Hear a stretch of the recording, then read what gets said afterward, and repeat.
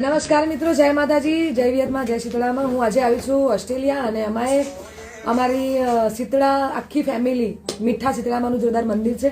આ બધા જોણો છો અને ખાસ અમારા અરવિંદ કાકાની દીકરી લાડાભાઈ સોનલબેન એમના ઘરે આજે આવીને બહુ જ બધી ખુશી થઈ. એમને મળીને બહુ આનંદ થયો.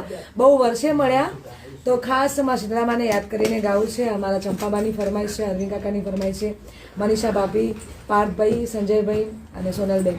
તો ખાસ એમની ફરમાઈશ છે એટલા માટે.